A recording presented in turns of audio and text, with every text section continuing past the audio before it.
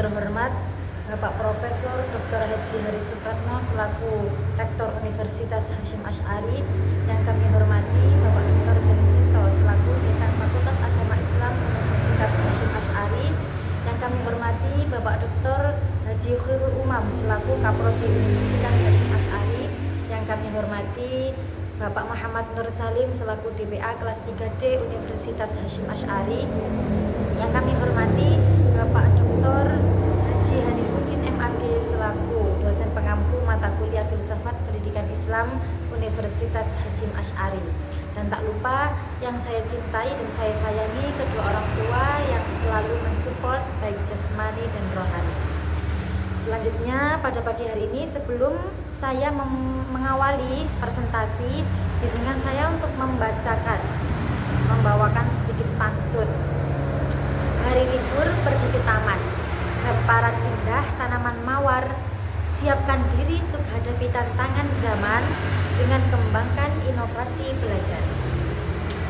Oke, selanjutnya pada kesempatan kali ini kami akan mempresentasikan dengan tema pendekatan model metode strategi pendidikan Islam.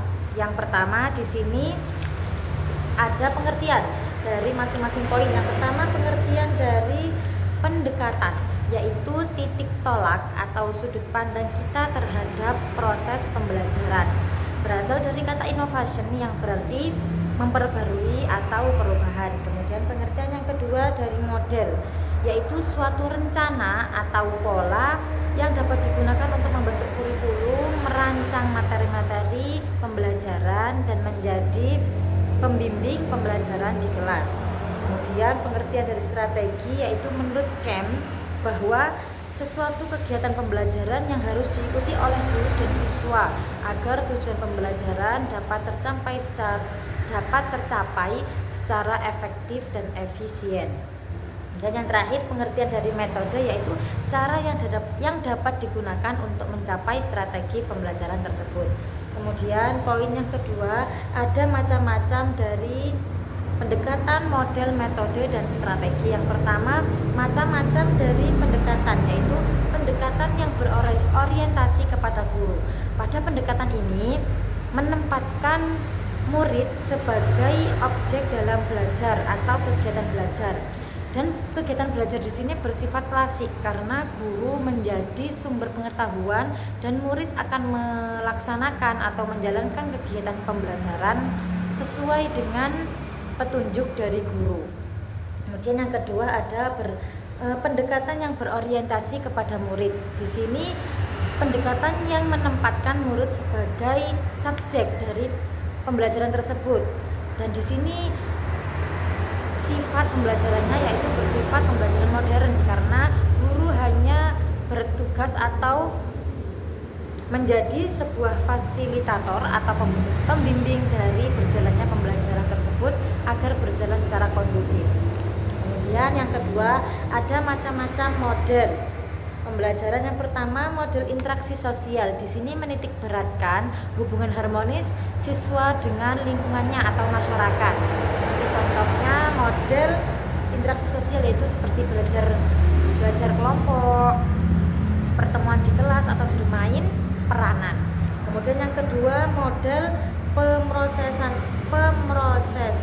informasi.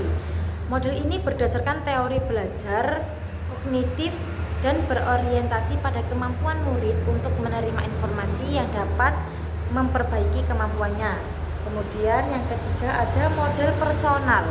Model personal di sini yaitu model yang perhatian utamanya pada emosional siswa untuk mengembangkan kemampuan atau hubungan produktif dengan lingkungannya. Dalam teori ini, guru harus menciptakan kondisi kelas yang kondusif agar siswa merasa nyaman dan bebas ketika pembelajaran.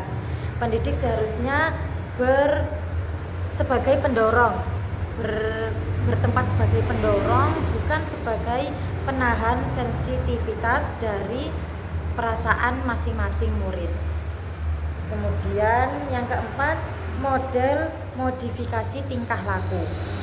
Pada model ini meningkatkan ketelitian pengucapan pada masing-masing siswa. guru selalu memperhatikan terhadap tingkah laku siswa.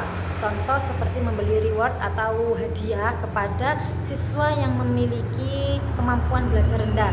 Dengan begitu memberikan stimulus pendukung kepada murid sehingga tidak menjatuhkan mental murid ketika belajar ketika dia memiliki kemampuan rendah.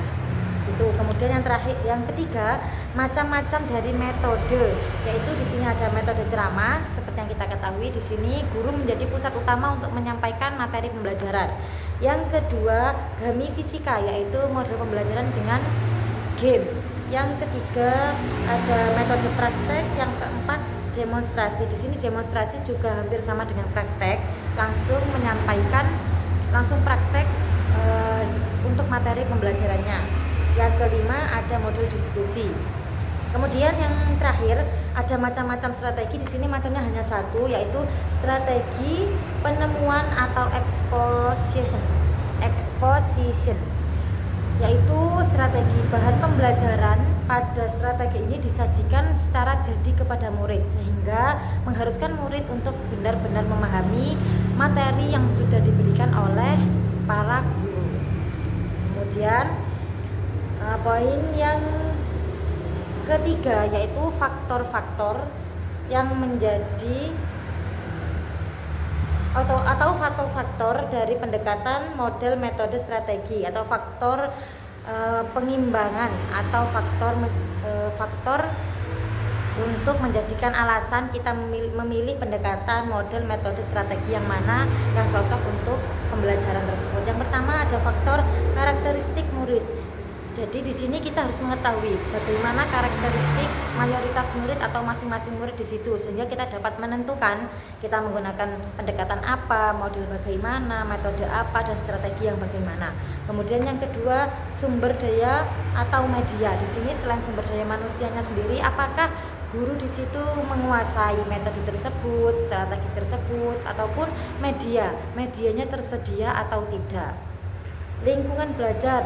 Di sini lingkungan belajar, kita harus mengerti lingkungan belajar siswa tersebut bagaimana, sehingga selain di sekolah, apakah lingkungan belajarnya seperti di rumah atau masyarakat juga mendukung metode model dari pembelajaran yang terjadi di sekolah tersebut.